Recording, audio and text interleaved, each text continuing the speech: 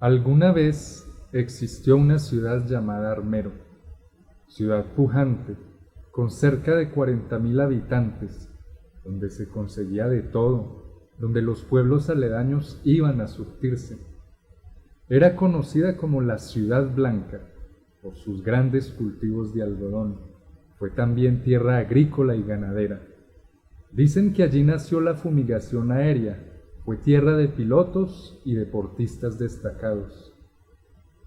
Este es el directorio telefónico de Armero.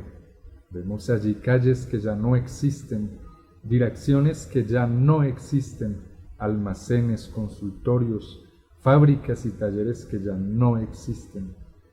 Bastaron unas cuantas horas para que desapareciera una ciudad día a día, vivida y construida desde hacía casi un siglo. Una ciudad con su pasado, sus costumbres, sus historias, sus interacciones cotidianas, su idiolecto.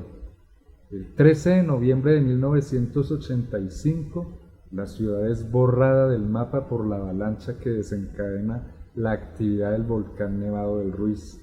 Miles de personas mueren en la tragedia. Los sobrevivientes vivieron cada cual a su manera la tragedia. Lo cierto es que esos sobrevivientes, con su ciudad desaparecida y su comunidad rota, llegan a otros lugares a integrar otras comunidades, a comenzar de cero, a ver cómo se van a sobreponer a su cuerpo herido, a su mente herida, a la tristeza, a la angustia de no saber dónde están sus familiares. Quedaron vivos sabiendo que vivir es la pregunta y vivir es la respuesta. Muchas víctimas llegaron aquí, a lo que se convertiría después en el barrio Nuevo Armero, al norte de Ibagué. Aquí, día a día, reconstruyeron sus vidas. Sus voces, sus historias, sus recuerdos están en estas casas. Muchos han visto crecer a sus hijos y a sus nietos. Cada uno tiene su vida y sus ocupaciones. A veces se encuentran en las calles de su barrio y charlan gozando del privilegio de una cotidianidad reconstruida. Pero a todos los une el hecho de saber que nacieron en una ciudad que ya no existe.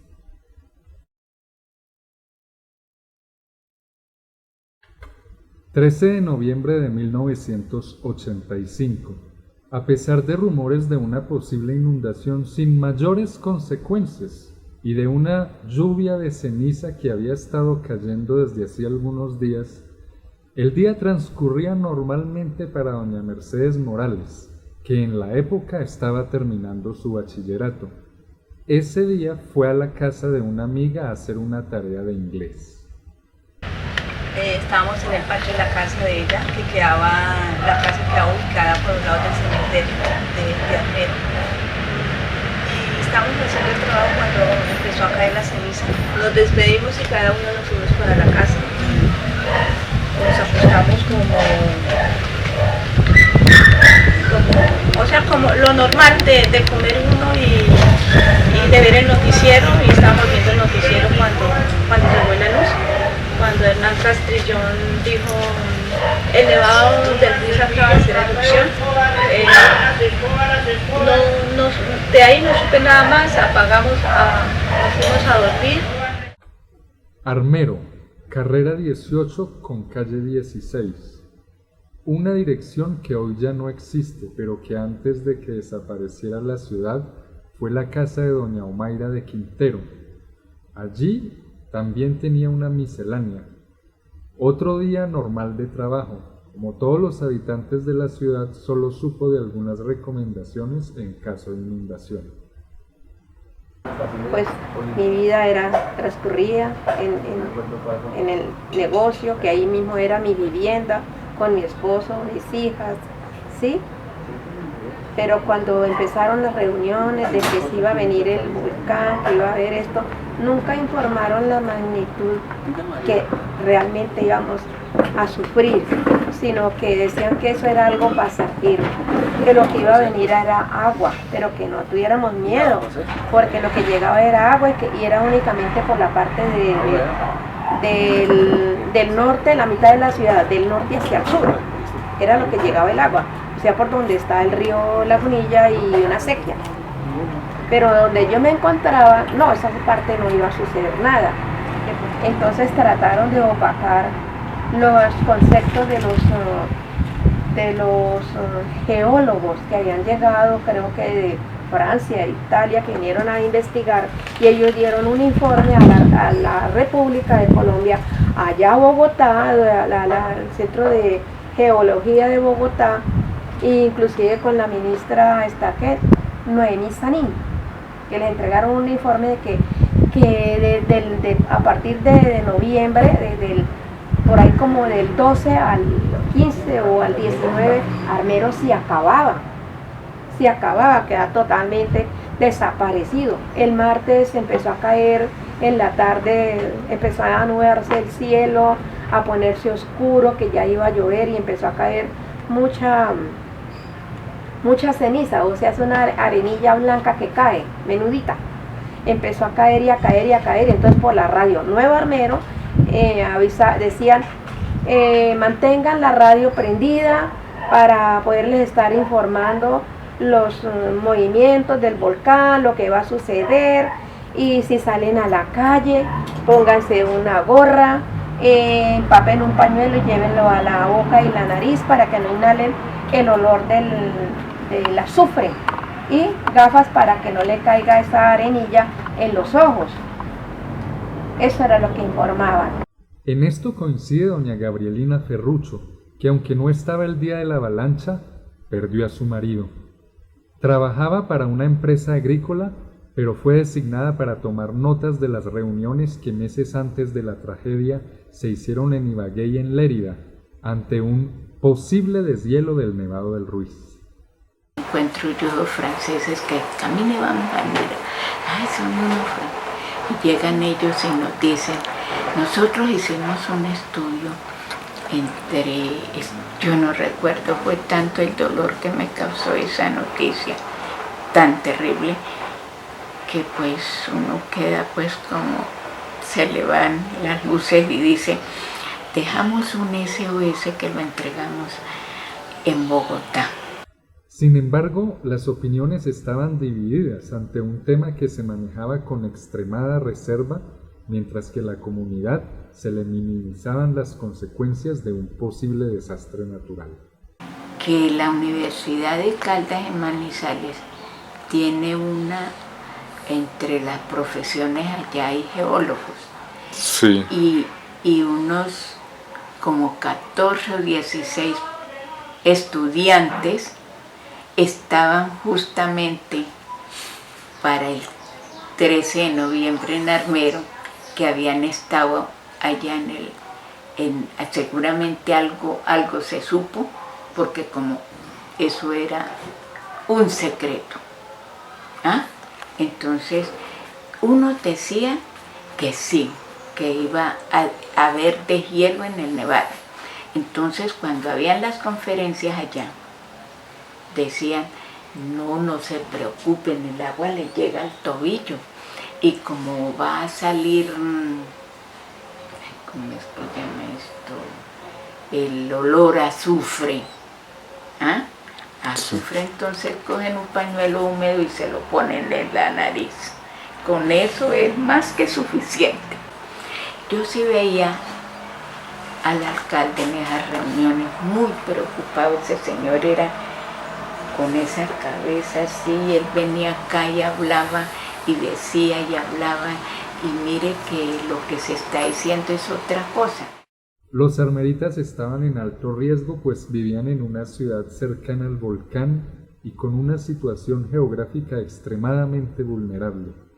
En el pasado ya había habido una erupción, había estado lloviendo ceniza, se hablaba de una inundación, pero los habitantes, con su vida, sus ocupaciones, solo se dieron cuenta de la magnitud de la tragedia cuando ya era demasiado tarde. Así lo cuenta don Dagoberto Vanegas, quien coadministraba el molino Armero. Armero, por su situación geográfica, que era un llano pegado a la cordillera central, teníamos a 35 kilómetros más o menos el Nevado del Ruiz. Resulta que ese nevado tenía una connotación especial. era un volcán. Ese volcán ya había hecho erupción en el año 1845, o sea, 130 años más o menos atrás. Vanamente sabíamos nosotros que eso existía y que podía volver a haber una erupción. En la semana anterior, nosotros estábamos conscientes de que el volcán ya había hecho unas emisiones de cenizas, por consiguiente, ya el Instituto Nacional Vulcanológico le había puesto los ojos sobre eso y había sacado unos mapas de riesgo. El día de la tragedia, el periódico El Espectador publicó el último mapa de riesgo. Estaba un comentario especial de que podían llegar unas ondas de agua, lodo y piedras hasta de 80 metros. Ese día, el 13 de noviembre, a las 2 de la tarde, yo salí a pagar unos tributos que se pagaban en el Seguro Social, y cuando regresé a las 2:30 al molino, ya el vidrio de mi carro ya caía ceniza. Entonces entendí que la magnitud que nos habían contado de que pues, el volcán estaba en erupción ya era inminente. Llamé a Manizales a unos amigos a los cuales les vendí arroz y me comentaron: aquí está cayendo ceniza hace 3 días. Entonces ya salí a la calle, la gente ya mira la ceniza como una cosa, ya había caído poca hacía unos días, pero ese día sí estaba más, la ceniza estaba cayendo con mucha más intensidad. Sin embargo, yo volví al molino, a las 6 de la tarde se fueron los empleados, y yo seguía ahí en el molino un rato. Cuando ya me fui para la casa ya caía era arena y lluvia. Nunca pensé que fuera tan grande la tragedia. La gente comentaba que iba a haber un deshielo y que de pronto las calles aledañas del río Lagunilla, que era el que pasaba por la ciudad y que nacía allá en ese nevado, que por ahí iba a ser el desagüe de lo que iba a botar el volcán, era, para llegar a Almero era por el río Lagunilla. El río Lagunilla, al llegar a Almero, a la zona plana, daba una curva y buscaba hacia Lérida, y entonces el pueblo empezaba en una zona en donde no había pocas viviendas, y se pensaba que esas eran las que más iban a ser afectadas, pero no todo el pueblo, como sucedió. Yo sí pensaba que iba a haber una tragedia, pero no de las consecuencias. Y esa noche sí ya sentí, porque se oía un ruido infernal, y cuando ya se fue la luz, ya entendí que la ¿Cómo puede describir ese ruido? Como un avión encima de una casa. Cuando pasa un avión bajito y uno siente el ruido del motor que trepida, así se sentía. Y la tierra trepidaba. Entonces ya entendí que sí había habido una erupción mayor de lo que se pensaba, y que Almero... Yo había hecho un comentario por la tarde del mismo día, 13 de noviembre, y le dije a unos amigos: Almero va a desaparecer. Almero se desaparece. Y me dijo que yo estaba loco. Rueda por ahí una información de que hubo una persona, un pregonero, que dijo que alertando y que lo metieron a la cárcel. Ese muchacho llamaba Eduardo Acosta. Eduardo fue compañero mío porque yo fui tesorero municipal de Almero. Con ese megáfono esa noche, ya cuando era inminente, que ya se decía que la erupción estaba ya en el último momento, él salió con su megáfono a anunciar por el lado de la sequía a la gente que saliera de la sequía, porque iba a haber una avalancha muy grande. ¿La sequía es? La sequía era una sequía que había hecho la Hacienda del Puente para sacar agua para los cultivos, pero era una sequía sacada del agua del río Lagunilla, que quedaba ya pegada al pueblo. Y entonces se fue para esa zona con un megáfono a anunciar a la gente que se saliera, porque ya venía la avalancha. Entonces la policía lo cogió y lo encarceló, lo fue a la cárcel. Entonces los que pasaban y me veían ahí comentaban algo. Educando los metieron a la cárcel porque se puso a hacer bulla en la sequía de que se saliera la gente. En otro lugar de Armero, don Gabriel, que semanas antes había hecho un censo rural, estaba descontento, pues ni a él ni a su equipo de trabajo le habían pagado. Se comunican con Manizales para saber sobre su pago. La ceniza y las informaciones que les llegan de Manizales los ponen en alerta, pero solo de una inundación. Entonces llamo a Manizales y eso fue ese día temprano, eran como las 4 de la tarde, y llamó a Manizales y se cortó la comunicación, y le dijimos: no, Edgar, insista. Cuando volvió, y entonces ya me comunicó, dijo: Edgar Efraín, resulta que es que hay problema, el volcán está molestando, está haciendo erupción por ratos, resurrección. Dígale a ellos que sí, que la plata, si no sucede nada grave, nosotros le giramos la plata. Bueno, entonces salimos, yo me salí hacia afuera, cuando yo vi que eso, la cabeza toda blanca y tierra, entonces yo corrí, saqué una hoja de cuaderno, me puse a ponerla así, y le dije, vea Edgar, si ve que la vaina, la situación es dura. Entonces estaba eso. Cuando pum, volvieron y ya de Manizales llamaron a Edgar, que si usted tiene forma de buscar una parte donde hayan altoparlantes y todo para que haya una información. Entonces nosotros vimos a Edgar, pues la iglesia. Y entonces cuando yo llegué a la casa, estaba mi mamá viendo la novela El Refugio. Y como por la vaina del Palacio de Justicia estaban por televisión pasando los partidos aplazados, y ese día había jugado Millonarios Cali. Entonces yo le dije, mami, déjeme el televisor prendido porque yo soy hincha del Millonario, yo voy a ver el partido. Déjeme el televisor prendido, yo voy a ver el partido. Así sentado ahí ya mi mamá se acostó, yo me quedé sentado ahí, cerré la puerta y todo. Cuando llegó por ahí al pie de la casa de nosotros, vivía el personero, Octavio García. Y él llegó así, señora Encarnación, Gabriel, que por favor que se salgan y se hagan en las partes lejos de los postes, como al pie de la casa de nosotros, ahí al pie de la vera había un poste de la energía. Hagan eso y todo, que si es agua, para que nos agarremos o coger para alguna parte.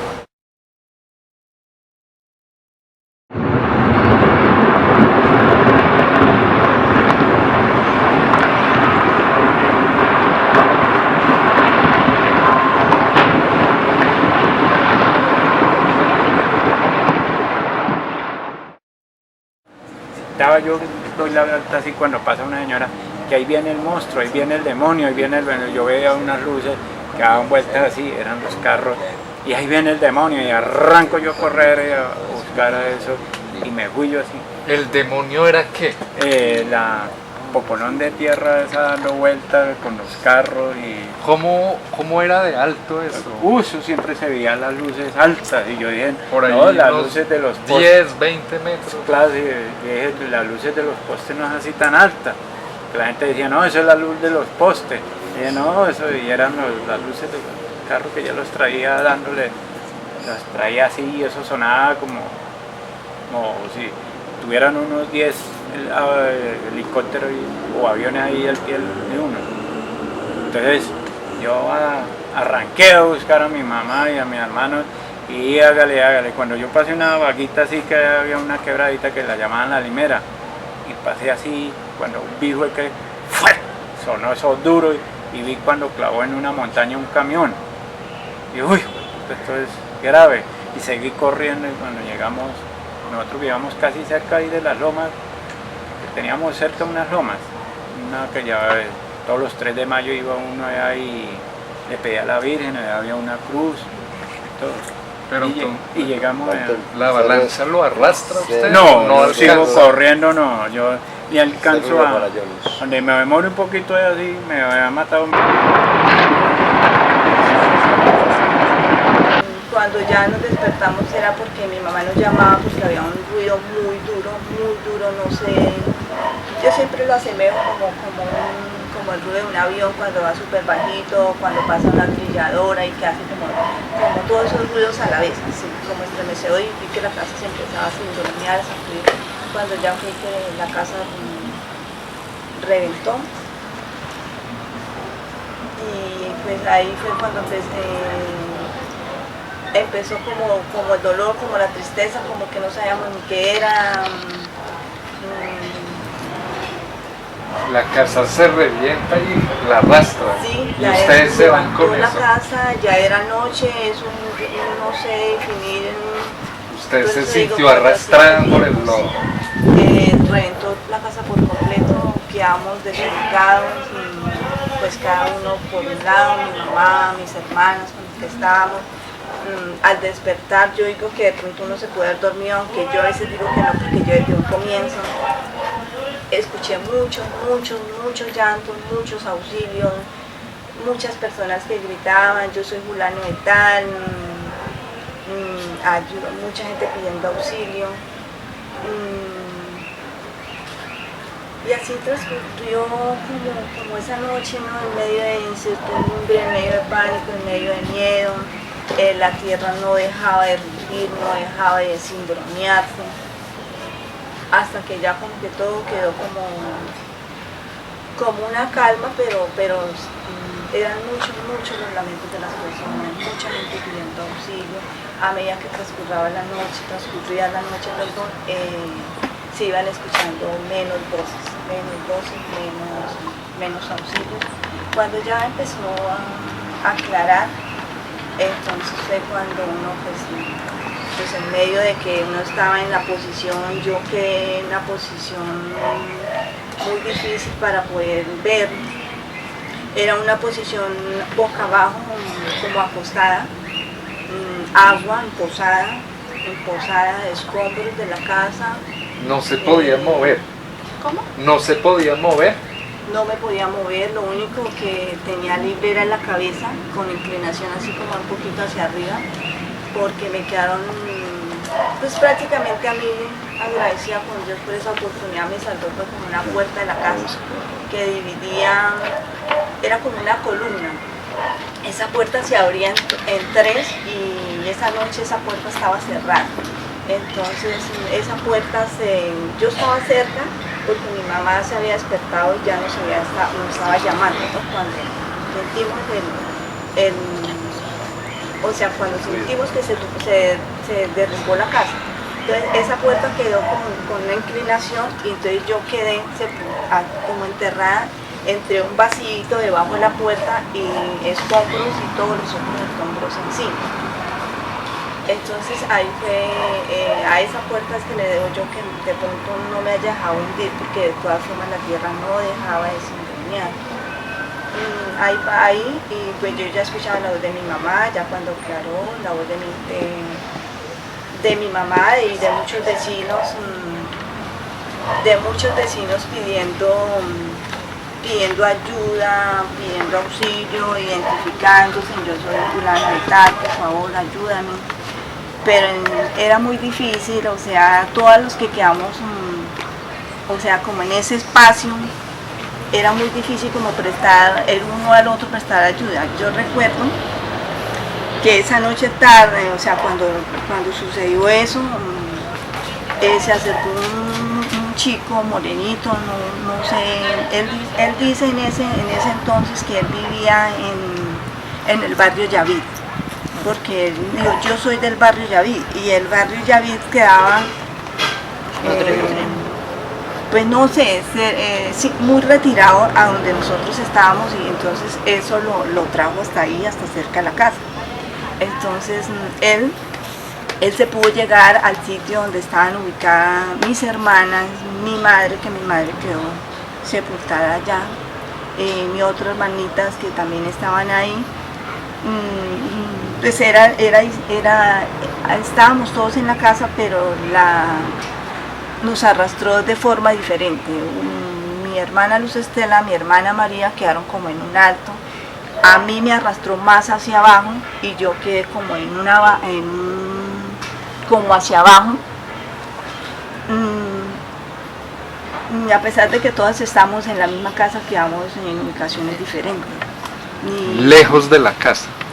Pues la casa quedó, o sea, a la interna, o sea, toda derrumbada, toda a una distancia lejos de donde vivían. Los arrastró varios metros. Se lo llevó envuelta en el barro. Yo era la más, pues mis hermanas, ellas estaban como en un alto, pero encima de escombros, ¿sí? Encima de todos los escombros que había arrastrado. Ese barro era caliente y a la vez todavía, o sea, uno sentía que seguía llovinando cenizas y a la vez como gotas de agua.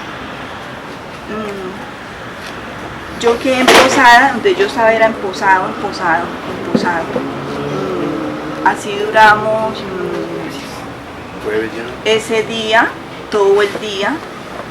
Al otro día, no sé definir, eso fue un miércoles. Es un amanecer un martes, para amanecer un miércoles. El miércoles amanecer el jueves. Miércoles para amanecer un jueves. Entonces, o sea, duré ese miércoles todo el día. Jueves. El jueves todo el día, pero el jueves como en la tarde ya empezaron como los helicópteros cuando nosotros escuchamos, entonces sacaron a mis hermanas, a mi hermana Luz Estela y a mi hermana María Antonia. A mi madre no la pudieron, no se podía auxiliar, estaba muy enterrada, aunque ella estaba viva, pero no. O sea, no llegó como la ayuda oportuna, y el chico que le digo que apareció, que estaba ahí, que era de, él estaba pues también herido, porque yo le casé cuando se paró, así como herido, entonces no podía auxiliarse, ¿no? Otro primo que estaba ahí también, que estaba en la plancha de una casa, la plancha de una tía que conseguía con la casa de nosotros, él se salvó, él se alcanzó a subir a la terraza, a esa terraza, y él se salvó ahí con un niño, porque al otro niño ni a la esposa no la alcanzó a subir ahí.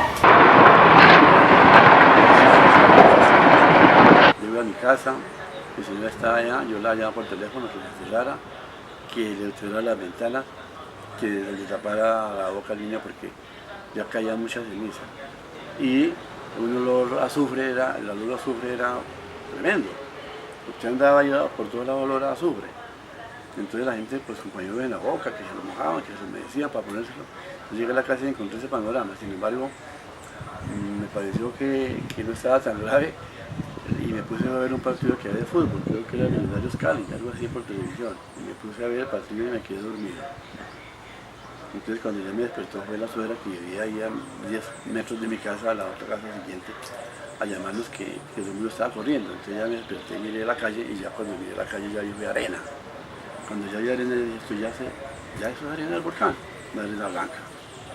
Entonces ahí salimos a la puerta a huir. Yo llamé a mi padre, que estaba conmigo, el viejo vivía conmigo, mi madre ya había muerto, y mi padre vivía con nosotros.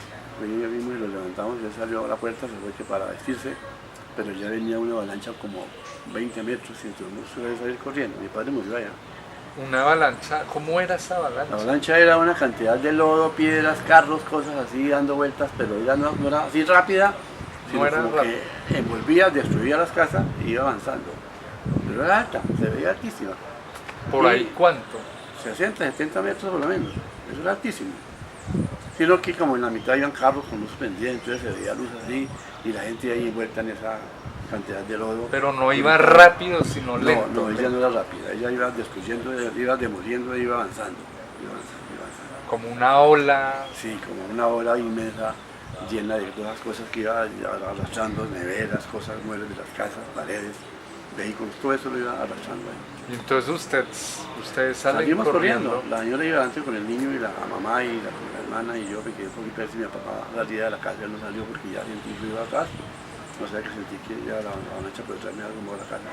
Yo vi al medio de los postes de la luz que iban cayendo, y yo miraba para un lado porque había un reflejo raro, como de luz, como de los carros y todo. Por ellos pasé y llegué a ellos, estaban subiendo una camioneta de un vecino. Ahí subimos y salimos a un punto que se llama la Loma de la Cruz. Allá llegamos. Cuando llegamos allá ya había mucha gente. Allá fue la noche más triste y más larga, porque toda la noche llovió y cayó arena toda la noche. Nosotros nos sentamos allá en una parte, a acampar ahí a la pampa, y ahí nos cayó toda la noche arena y agua. Cuando amaneció, todo el mundo mirando a ver qué iba a quedar el pueblo. La gente decía que ya se ve la iglesia, pero pues no se ve nada, se ve únicamente como un agua así llena de lodo que hacía así como ondas, y uno veía que no había quedado nada, al menos se destruyó en un 90%.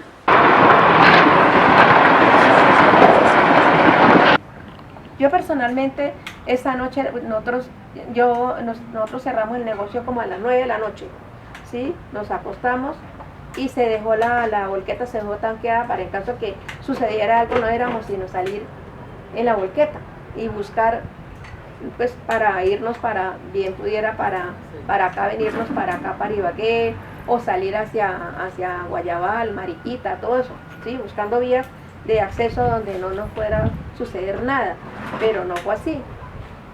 Cuando yo me desperté, oí un estruendo horrible, un estruendo tan feo, y yo salía, y yo cuando me paré a abrir la puerta, no había ya la energía eléctrica, ya se había ido. ¿Por qué? Porque cuando eso llegó, esa avalancha, se llevó lo que fue la subestación de la energía que había. y por eso quedó el pueblo sin luz. ¿Cómo era ese estruendo? Eso algo es indescriptible, el ruido de esa, Rugido. un rugido como cuando, yo la comparo como cuando van esos aviones de guerra, esos que pasa, que esos estruendos que ya acaban como si fuera el cielo, que se fuera a venir encima, así, era un ruido así, que como que rompen el sonido, ¿sí? Esos aviones, así eran esos ruidos que se oían. Entonces usted, ¿qué es lo que primero hace? Yo lo que primero hago fue salir, abrí la puerta y salir. Y salí detrás de un señor que iba corriendo, que llevaba una chaqueta y un sombrero y corría, se tenía la chaqueta aquí y la mano aquí teniéndose el sombrero. Y yo corrí como unas 2, 3 cuadras detrás de él y le preguntaba, oiga, ¿qué pasa? ¿Qué pasa? Y no me contestaba. Por último le dije, pero le estoy preguntando, ¿por qué no me contesta? Y yo corriendo detrás de él. Cuando él me dijo, no, se vino a Lagunilla. Cuando él me dijo, se vino a Lagunilla, para mí fue, quedé sin un aliento, principiando. Quedé como inmóvil, pero en todo caso yo reaccioné. Me devolví y las piernas me temblaban y me caía. Volví, me paraba, caminaba y me caía, porque era una cosa que las piernas me hacían así y como que no me respondían. Yo me caía y volví y me paraba hasta que llegué a la casa. Yo llegué a la casa, prendí a las paredes y entré, pero yo no cerré la puerta, la dejé abierta. Y llegué y le dije yo a Gilberto, oiga Gilberto, se vino ya a Lagunilla, pero eso que se oye tan horrible, no sé qué será, pero vamos saliendo, esto no es bueno, salgamos. Le dije yo, coja las llaves que están en tal parte, yo dando todas las instrucciones, coja las llaves, eche la plata al bolsillo de la venta que habíamos tenido ese día y abra el portón. Yo mientras tanto voy a levantar las niñas. Yo tenía 2 estudiando aquí en la Universidad del Tolima y 2 que tenía ya terminando el bachillerato. Entonces yo me fui y una niña que era la que me ayudaba en la cocina, que no era de Armero, sino ella era de por allá como de Palo Cabildo, de Falan, de por allá era la niña. Y me fui y las llamé, yo llamé y le dije, levántese, no se vayan a vestir, levántese tal como tienen en pijamas y corran a la volqueta porque vamos a salir, les decía yo. Y como dejé la puerta abierta, entonces la gente, conforme llegaba corriendo ahí, ya venía gente que ya casi las cogía la mole tan inmensa que traía de tierra, y todo lo que eso era una cosa así, ¿vea? Eso giraba así, en una forma circular, y todo lo que cogía, entraba a las casas, barría las puertas, sacaba muebles, sacaba cosas, eso, y seguía dando esas vueltas, y iba llevando y sacando, y todo lo que cogía por delante también lo cogía, y lo llevaba así en esta forma, envolvente. Entonces llegaron gentes allá que venían descalzos, unos venían en pantalón, sin camisa, otros apenas en pantaloncillos, y se me entraron y pasaron derecho y se encaramaron a la volqueta, se subieron a la volqueta. Cuando yo hice subir las niñas y todo eso, y me fui allá para darle instrucciones a él para sacar de la volqueta, no, esa volqueta no se podía mover por lo pesada de las personas. Cuando ya pudo sacarla para dar la vuelta, para salir, entonces me dio por yo llamar a mis hijas, y fui llamando una en una y solo una no me respondió. Me devolví, entré a la casa y estaba dormida, bien arropada. La levanté y le di 2 puños, le dije, yo di una orden: usted no se subió al carro, hágale y suba hacia allá. Bueno, las hice subir en el volco, pero quedé yo por fuera porque yo no podía entrar a la volqueta, porque la gente lo que más podía se metieron en la cabina de la volqueta, y eso todos atorados. Y quedé yo, pero ¿a dónde me agarraba si la gente parecían como arañitas pegadas por todos lados del carro, y se hacían por delante, lléveme? Nosotros no caminamos sino 1 cuadra, que fue de la casa a Bomberos, y ahí quedamos. Nosotros quedamos ahí, en Bomberos. Entonces, ¿qué hicimos? Que la gente se fue bajando y arranquen a correr a ver si alcanzaban al cementerio, que era una loma, a ver si se podían salvar. Cuando yo me pude bajar de ese carro, porque medio agarrada ahí de la puerta de la volqueta, salí esa mole que fue lo que dañó la parte de un bar que llamaba Candilejas. Y por el lado de acá, la otra calle, ya venía también, que traía por delante una caseta. una caseta. Y traía paredes, traía puertas, todo eso. Pero por la lado de la calle del bar Candilejas venía un Renault que sin antes se habían bajado a correr a sus casas y lo dejaron prendido con las luces prendidas, y ese era el que alumbraba. Él eso lo traía empujado, esa mole lo traía empujado, pero tenía las luces prendidas y por eso veíamos que era lo que estaba pasando. Sí, yo de ahí cogí a mis 2 hijas y arranqué a correr buscando salir hacia el cementerio y no pude, porque cuando yo llegué a esa parte donde teníamos que coger la cuesta, porque ustedes conocieron a Armero, ya eso ya había barrido todo eso, entonces me devolví hacia la casa. Y yo llegué a la casa cuando venía la mole llegando ahí llegando a donde da la ras con la casa donde vivía Rita, de la mamá de este señor, Rita Echeverry, que era una esquina, y aquí la otra esquina que quedaba un almacén. Ya ella se enfrentaba ahí a la mole, y también traía un carro que venía con las luces prendidas. Entonces, como todo se veía oscuro, pero había algo que quedábamos en lo oscuro, pero algo surgía como una luz que quedaba como estar, ahorita estamos aquí, así de clarito, y se veía todo, y luego se iba esa luz y quedábamos oscuros a oscuras. No puedo cifrar a qué se debía eso, pero la mole llegó hasta ahí, al borde de la carrera 18 quedó esa mole, que ya fue calmándose y quedó ahí. Nosotros lo que hicimos fue abrazarnos y orarle a Dios que tuviera piedad de nosotros y nuestras almas, porque no sabíamos si no íbamos a pasar esa noche. Sí, ahí quedamos. Bueno, después de que eso ya se calmó, al otro día, no sé si serían las 5, serían las 6, pasó una avioneta bajita, y eso dio vueltas, sin antes informando que Armero se había acabado. Yo estaba allá con mis nietas, 2 nietas, las hijas de mi hija. Estábamos ahí cuando estuvimos quietos ahí en la casa. Quietos. Allá alcanzó a entrar el lodo a la casa. Incluso tengo un comedor que traje, que lo salvé. Ahí está la pinta, hasta donde llegó el lodo. Ustedes estaban arriba. En la segunda.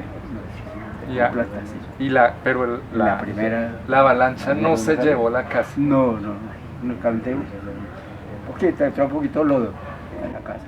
Ahí nos salvó fue la iglesia del Carmen y el estadio. Y el espacio del estadio forma un vacío y ahí llegó disminuyó la velocidad.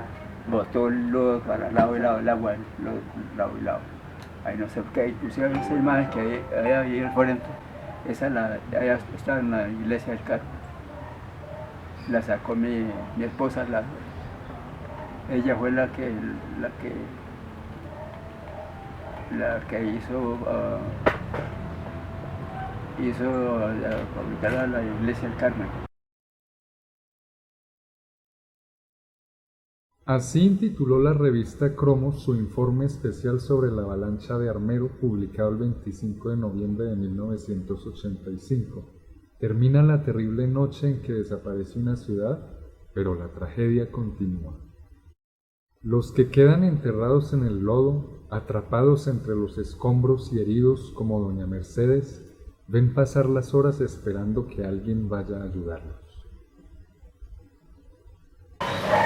Así fue transcurriendo el tiempo y llevaron a mis hermanas, el primo salió por sus propios medios con su hijo buscando una forma para poder salir de ahí, y que él cuando saliera de ahí pues que nos enviaba ayuda, ¿cierto?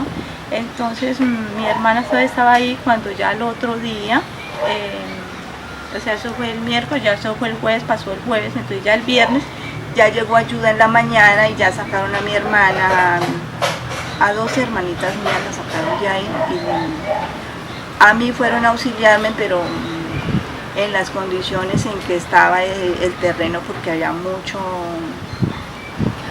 barro y todo lo que hacían ahí al piso, todo eso se enterraba, pues ellos tiraban tejas, ellos tiraban hartas cosas para poder llegar ahí donde yo estaba.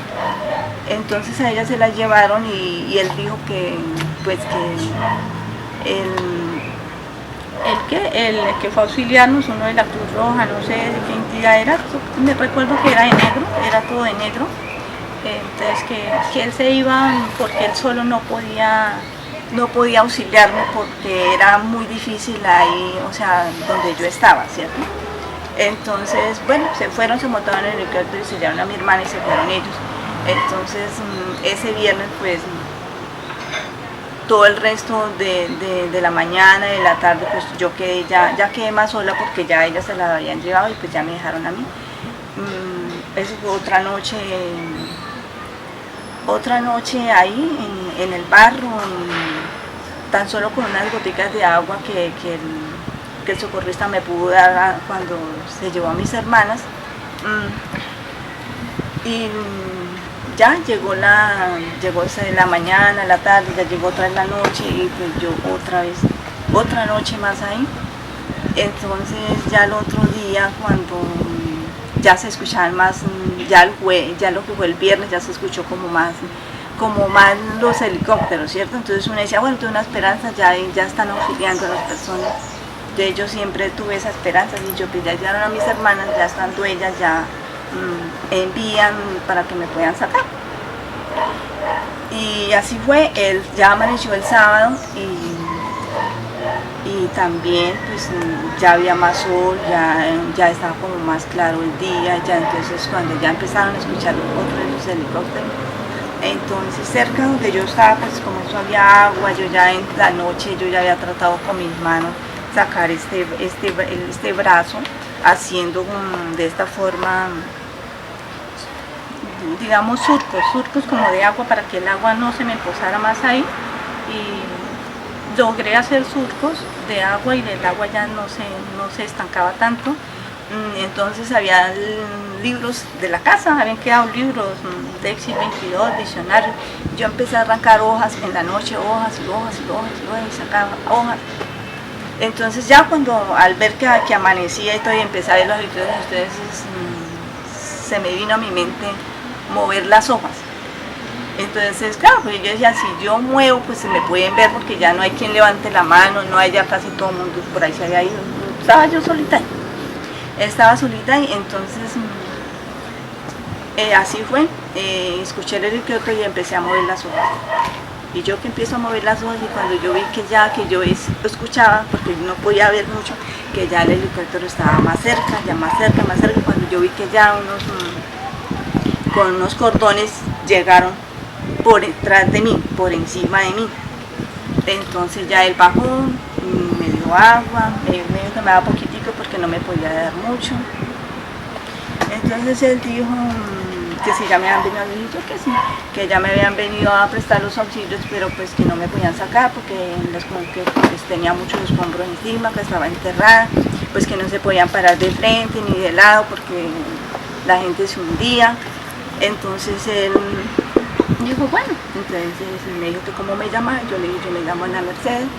Entonces me dijo, tranquila Ana Mercedes, que yo la voy a sacar.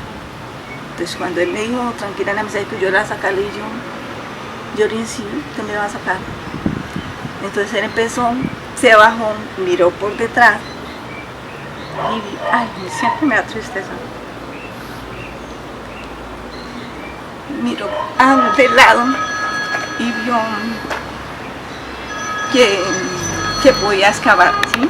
Y entonces empezó a excavar. Aló. Y saca escombros, y saca escombros. Siempre se demoró hartísimo porque él llegó como en la mañana y a mí prácticamente ya de noche yo ya llegué a Leria. Entonces él sacaba escombros y tiraba al frente de mí, tiraba. Y entonces cuando él ya dice, logró ver mis piernas, dijo, logro ver tus piernas, Ana Mercedes, la siente. Entonces cuando él me dijo la siente, le dije yo, no, es que todo me duele, le dije yo, no sé definir qué parte me está tocando porque pues todo me duele. Entonces él me dijo, ya logré sacar, te voy a enderezar las piernas, porque las piernas yo las tenía cruzadas. Entonces me dice que tú no te puedes mover mucho porque tienes las piernas cruzadas. Entonces al tener las piernas cruzadas, cuando yo la vaya a jalar de frente, entonces no la voy a poder jalar bien. Me dijo, aguanta un poquito, yo sé que te va a doler, pero entonces yo le dije que sí. Entonces él me movió las piernas y me dolía muchísimo, pero no sabía definir qué parte del cuerpo me definía, si era el pie, si era la rodilla o el músculo. Entonces él logró, entonces me dijo, ya cuando me hizo las piernas, me dijo, Ana Mercedes, como había tirado estos escombros y los dejas al frente, entonces me dijo, yo me voy a parar al frente y pues que yo me ayudara, ¿no? Que tratara de ayudarme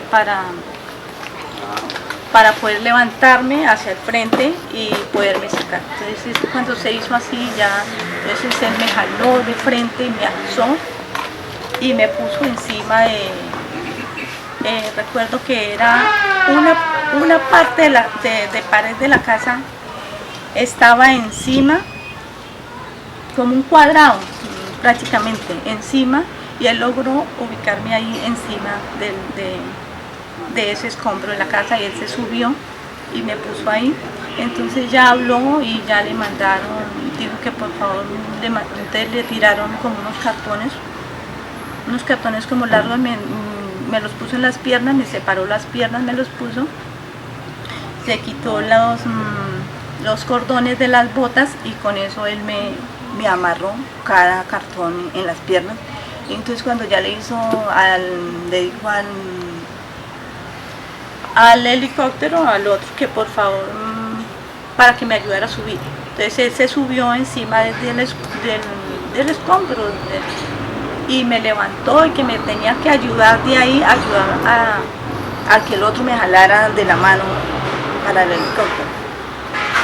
No sé, la verdad que uno no sabe Dios cómo le da a uno esa fuerza para uno querer salir de ahí. Y entonces ya me subió al helicóptero y cuando yo ya pues miré hacia abajo, porque en el momento era la primera vez que podía decir que tenía claro en sí lo que había pasado a mi alrededor, la magnitud de lo que había sucedido, que no era tanto una inundación, sino lo que había acabado todo el pueblo. Porque yo volteé a mirar y la verdad que solo vi fue un playón gris y como surcos de agua que uno, no sé, a mí siempre me ha quedado eso, que entré como que eso fue lo último que yo vi y psicológicamente siempre quedé como con esa imagen como en mi pensar, ¿no? Y cuando ahí en el helicóptero vi que iban otras personas, vi señores completamente, vi un señor, lo recuerdo mucho, que lo único que llevaba eran botas, del resto iba desnudo, gente bien, yo no me podía ver en verdad lo que yo tenía porque era totalmente llena de barro, era gris, lo que se dice era gris, el pelo era todo pegado, las piernas eran gris, entonces uno no se veía las heridas. De ahí, cuando me sacaron ahí, llegué a Lérida, como a un campo. En ese campo me recibieron en una camilla, me entraron a una carpa y me bañaron y me empezaron a inyectar, me inyectaron por todos lados y pues, yo casi no podía de tanto tiempo estar como enterrada en esa posición. Me dolía estar sentada, me dolía que me cogieran, me dolía mucho, todo me dolía. Entonces yo recuerdo que mis piernas no era que las tuviera tan heridas como para yo haber sufrido una pérdida de mis piernas, una amputación. Yo perdí a raíz de lo de Armero, perdí mis piernas por encima de rodillas, tengo una amputación bilateral. En ese entonces nunca en mi vida había visto una persona con una discapacidad. El tiempo de vida que estaba en Armero nunca llegué a conocer a alguien.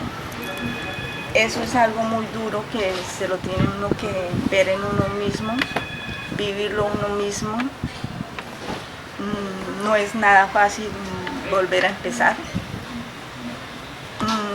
y hacer de la vida como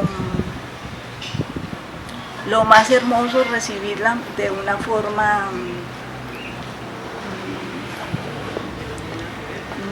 como recogiendo,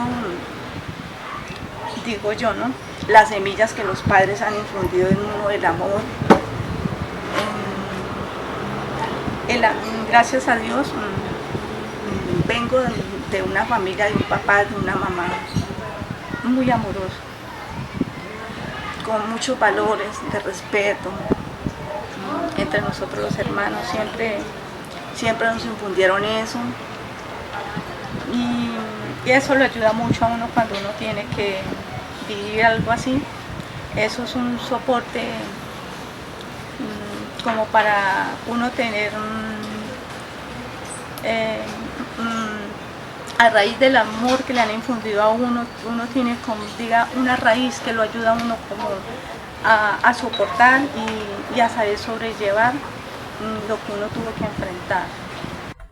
Los que quedaron ilesos huyeron de ese lugar que ya no era suyo para comenzar de cero, desde una colina donde Dagoberto contemplaba un inmenso planchón de lodo en el lugar que fue su ciudad. Amanecía, pero su vida cotidiana en su natal Armero había quedado sepultada para siempre en la noche anterior. Ese día, cuando ya amaneció, pasó una avioneta, me acuerdo mucho que era el capitán Rivera, un gran amigo mío, el muchacho, y por ahí tenemos un radio allá, y cuando vimos a Caracol, el capitán Rivera anunció, Armero se destruyó. Fue tal vez la primera voz que le dijo al mundo, de una manera real, que Armero había desaparecido. Caracol lo entrevistó. El capitán, que ve, nada, lodo. A los lados gente en unas colinas, pero el Armero se destruyó. No hay nada. No veo ni la iglesia, no veo casas en el centro, veo por allá unas casas que no se alcanzaron a destruir del todo, pero el Armero se acabó.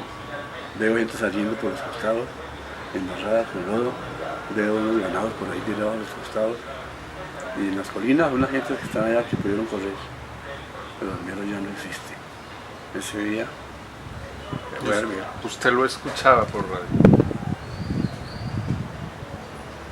Yo lo escuchaba por radio y eso nos dio una gran tristeza. Nos acostamos en un pueblo y amanecimos sin él. Me recuerdo de la escuela,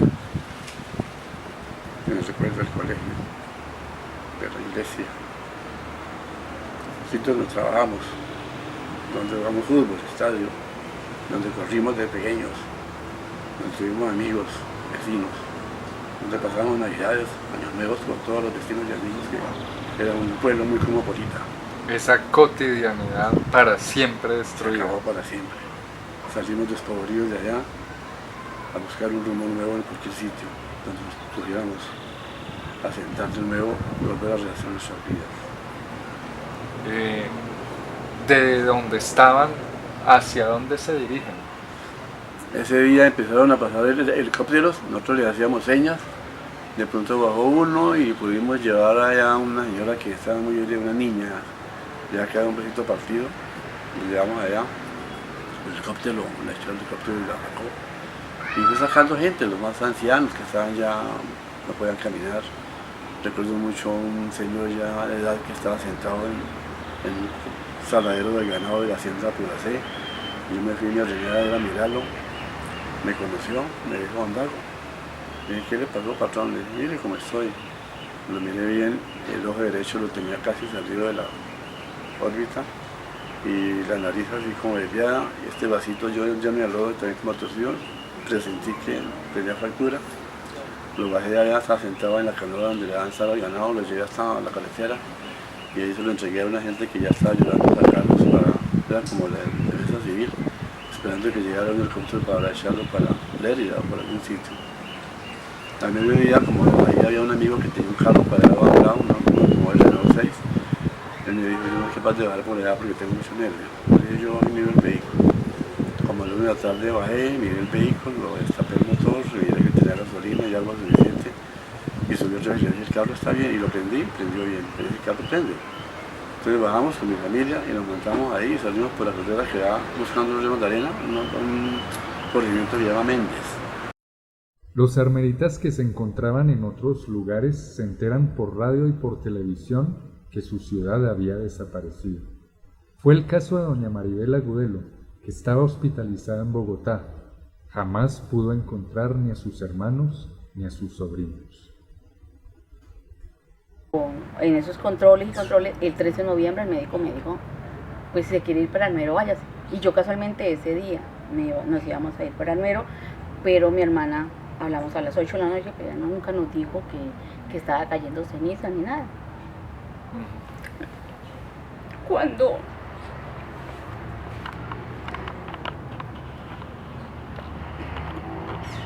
Cuando el del noticiero nacional dijo que estaba cayendo, que se había venido, había hecho erupción el volcán, y que Mariquita en un principio fue que dijeron que se había acabado. Pero nosotros como que somos las personas, y eso es normal, que como a uno no duele, si no es al vecino que le tocó, pues el dolor no es como tanto, ¿cierto? Entonces nosotros nos acostamos y mi prima que vivía en Venezuela se enteró a la 1 de la mañana.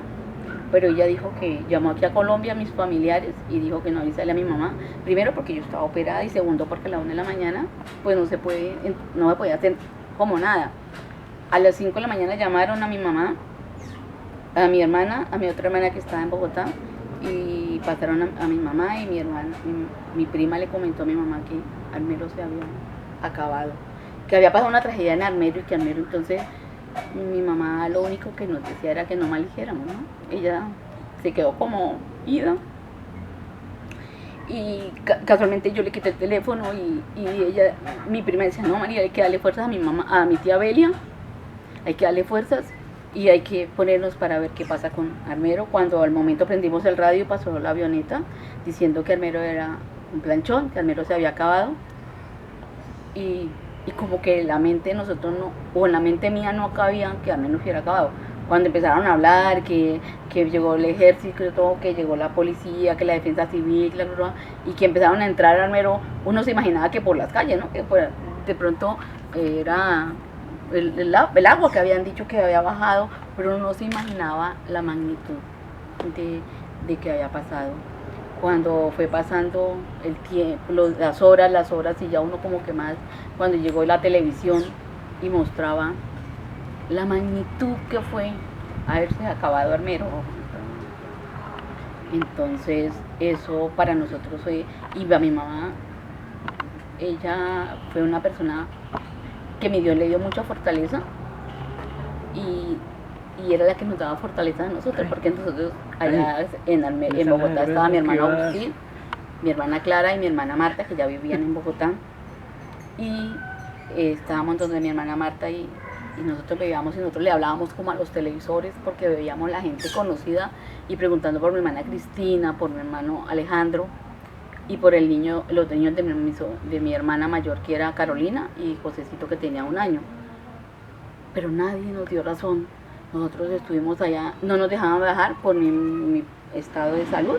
Sin embargo, íbamos a los hospitales, estuvimos buscando, y mis hermanos figuraban en lista de rescatados, pero nunca los encontramos. Mi mamá en este momento tiene 89 años, se llama Belia Arias de Agudelo, tiene demencia, pero todo fue a consecuencia de que ella fue, cuando después de la tragedia a nosotros como damnificados nos dieron la colaboración psicológica que necesitábamos, ¿cierto? Entonces ella, como que nosotros, en vez de darle fortaleza a mi mamá nos daba fortaleza a nosotros.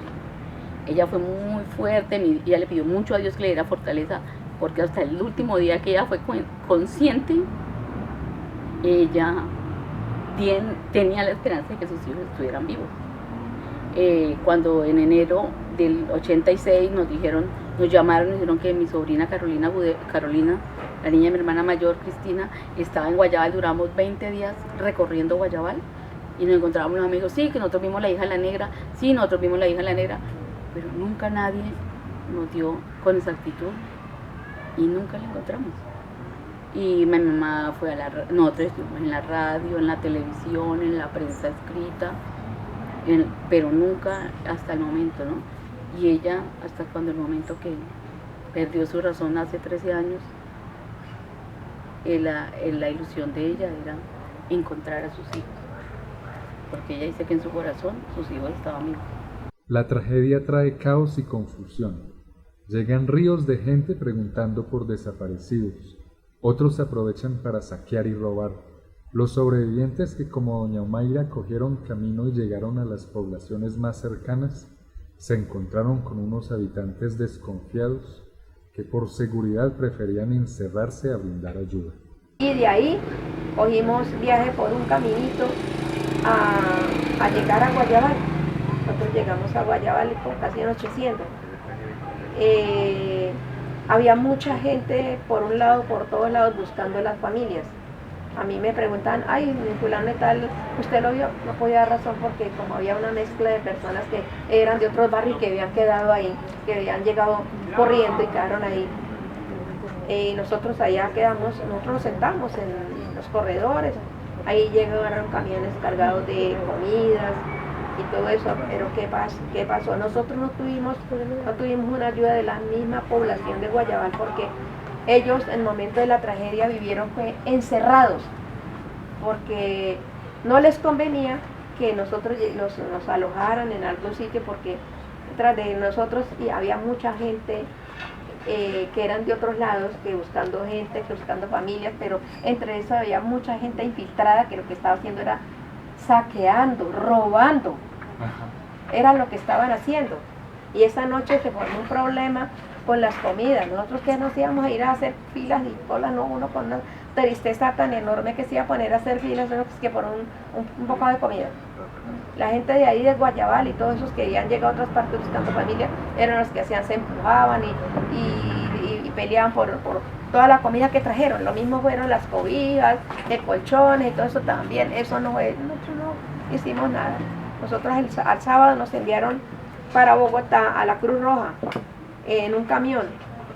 Y ese camión nos dejaron al entrar a Fontibón porque era que ellos no tenían la orden y le habían pagado para llevar a cada persona a su respectivo domicilio y nos hicieron bajar en Fontibón. En Fontibón todos nos bajamos y quedamos que no sabíamos para dónde coger porque la orden era a la Cruz Roja, directamente a la Cruz Roja y eso no lo hicieron. En Bogotá. En Bogotá, sí señor, en Bogotá. Eso en Bogotá, bueno, nosotros empezamos a preguntar y a orientarnos para llegar a la casa de mis hermanos, que ellos vivían en el barrio Bavaria. Y llegamos allá, ya la noche llegamos allá a pie. Al Estado colombiano la situación se le salió de control. Los unos huían, los otros saqueaban y los que volvieron por sus cosas no las podían sacar y tenían que pasar por 1000 permisos para entrar a sus propias casas. Esta situación kafkaiana la vivió doña Gabrielina. Su casa no resultó tan afectada por la avalancha. El gran problema era ahora que le dieran la autorización de ir a su casa y cuando al fin pudo entrar ya no quedaba nada. Y decían, la policía está en Armero cuidando los bienes de la gente. Tómele nota a este papel que me dan en la alcaldía. Alcaldía Municipal de Armero. De Armero. María Elena. Era mi hermana. María Elena, ¿qué dice ahí? Ferrucho, 5 personas. Sí, que podíamos entrar 5 personas. Como quien dice, ¿le dan la autorización de entrar a su propia casa? Exactamente, me dan la autorización de entrar a mi propia casa, pero no puedo sacar nada. Eso es lo más insólito. ¿Por qué? Porque así lo ordenaba el alcalde, ¿qué tal? Pero el alcalde, ¿ese alcalde murió en la tragedia o era otro alcalde? No, era un militar, vea. Ah, no el alcalde que había sido. No, el alcalde que había murió. Designado, el alcalde. Exacto. Designado. Y la sede era en Guayabal, donde tenía uno que ir a pedir permiso, y nombraron al mayor Rafael Horacio Ruiz Navarro, alcalde de Armero, un alcalde... Alcalde de una ciudad que ya no existía. Exactamente, pero como las cosas raras de la vida. Bueno, la gran pregunta es, a pesar de estas medidas tan estrictas, ¿por qué hubo tanto saqueo? Porque la misma policía robó. Cuando a mí me dicen puede entrar a su casa en Armero con esta orden, que no sabía yo a quién se le iba a presentar allá. Ay, Dios mío. Entonces llego yo a mi casa y me asignan gracias al Señor, me asignaron un soldado, un agente del ejército, y me dicen puede ir con esta orden a su casa. Y en la finca, como yo trabajaba en una empresa agrícola, que eso se salvó todo, entonces allá me prestaron la volqueta de la empresa y me dieron 4 empleados de allá, obreros, que me podían ayudar a sacar lo que yo pudiera. Y me voy con esta orden que no sabía pues a quién presentársela. Y resulta que llego y lo primero que encuentro en ese hall de mi casa que usted vio, en este hall ya habían abierto esta puerta, ya la habían quitado, y en este hall encuentro yo a 2 agentes de policía. Lo único que faltaba por sacar era mi máquina de coser y la moto que tenía mi hija, y que como ella estaba en Bogotá estudiando, pues era la moto que yo le había comprado para que ella se desplazara al colegio, porque era lejísimo, era extremo a extremo. Una moto, y encuentro a un policía con la moto y al otro agente con mi máquina de coser. Entonces dije yo, pero ¿cómo es esto, Jesús creo? Dice el gobierno que nos va a proteger nuestros bienes, que nos va a cuidar, que nos va a ayudar, que nos va a colaborar, y encuentro este par de bandidos acabando de sacar y desocupar mi casa. El drama siguió para cada una de estas vidas. Fueron años de frustración ante un Estado que no supo ayudar a su gente convenientemente. Recomenzar fue difícil, recuperarse fue difícil. Quedan las cicatrices. Aún hoy el demonio de la avalancha los persigue, como a don Dagoberto, que me contó fuera de cámaras que tenía frecuentemente pesadillas con esa noche en que todo acabó. Pero todos debemos aprender muchas cosas de ellos. De don José Martínez, hombre de pocas palabras, pues lo suyo es la acción, víctima y a la vez héroe, uno de esos colombianos berracos que viven en este país, debemos aprender el significado de ayudar al otro y la entrega total a nuestra profesión, sea cual fuere. Al otro día, ya cuando pasó todo, entonces no sé. Yo me puse el uniforme en la fiesta, y ya lo tengo. Si quieres lo traigo para que lo vean. Ahí lo tengo el uniforme. Me colocó el uniforme a trabajar. De don Gabriel hay que aprender a no perder la calma y a jamás perder el buen humor así estemos en la peor de las condiciones. De doña Mercedes, con su fuerza infinita, debemos aprender a luchar, a no rendirnos, no importa cuáles sean nuestros límites, no importa si hacemos parte de estados indolentes e injustos que se olvidan de su gente, sobre todo de las personas con discapacidad. Nada, no es nada fácil empezar de cero, se dice, porque fuera de lo material que los padres le dejaron, porque eso todo se quedó allá, ¿cierto? Entonces uno tuvo que empezar de nuevo. Y fuera de eso de la discapacidad, nosotros en ese tiempo, pues mis padres eran los que nos sostenían, ¿cierto? Nos daban el estudio, todos nosotros estudiábamos, menos mi hermana la mayor, que mi hermana Luz Estela ya trabajaba, entonces tiene uno que enfrentar la vida y seguir con las bases que le han dejado los padres, ¿sí? Porque desafortunadamente en nuestra sociedad falta mucha cultura, ¿cierto? Ser las personas más solidarias,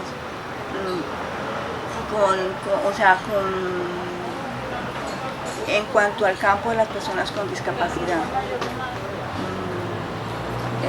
porque antes más educación o más oportunidades de educación, más oportunidades en cuanto al desarrollo para el laboral. Y pues para uno poder llegar a eso tiene que haber tenido una formación de poder seguir estudiando, ¿cierto?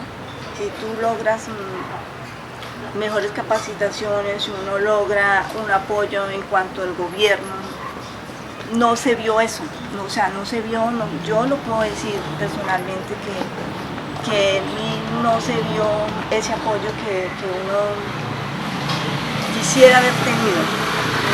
Yo quedé muy jovencita cuando lo de Armero tenía 21 años, entonces uno dice, tenía oportunidad, fueron 2 años que duré en terapias, rehabilitación, aprendiendo a caminar con las prótesis. Mi recuperación físicamente se la debo al hospital militar. Allá me recibieron con lo que uno llama personas con gran corazón y muy grandes seres humanos, que le hacen ver que uno puede salir adelante y que uno puede hacer una vida, pero siempre y cuando haya apoyo. Yo el apoyo de mis hermanos siempre, toda la vida lo he tenido. O sea, si ellos de pronto fueran las personas más pudientes, pues uno tenía mejores oportunidades. Pero desafortunadamente a nosotros todos éramos solteros cuando nos pasó eso.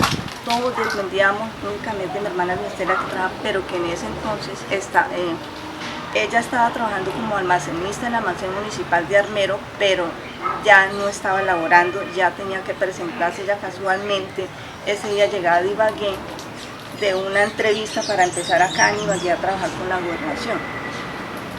Entonces, pues al pasar eso, todos quedamos desempleados y dependíamos de nuestros padres. Entonces ya pues es muy difícil, porque yo con mis capacidades, mi hermana Luz Estela también tuvo, nosotros las mujeres quedamos siempre en ese tiempo. Mi hermana Luz Estela se le partió el fémur de una de sus piernas.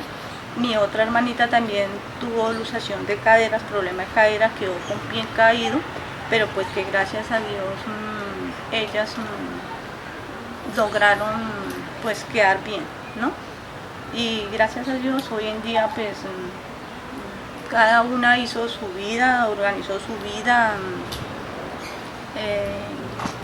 y están bien. Yo pues dentro de todo lo que he hecho trato de tener como una vida, como le dijera yo, lo más cómoda, o sea, en mi bienestar, pensando en mi bienestar, y trato de ser lo más útil que yo he podido en cuanto a dependencia con mi familia, con mis hermanos, pues quedamos mis hermanos. Todos los armeritas son unos luchadores. De todos hay que aprender el valor de la vida. De doña Omaira, que tanto bregó para tener lo que tiene, de don Dagoberto, que afrontó su destino con un asombroso estoicismo, de doña Maribel y de doña Gabrielina, que como buenas armeritas no se rinden jamás.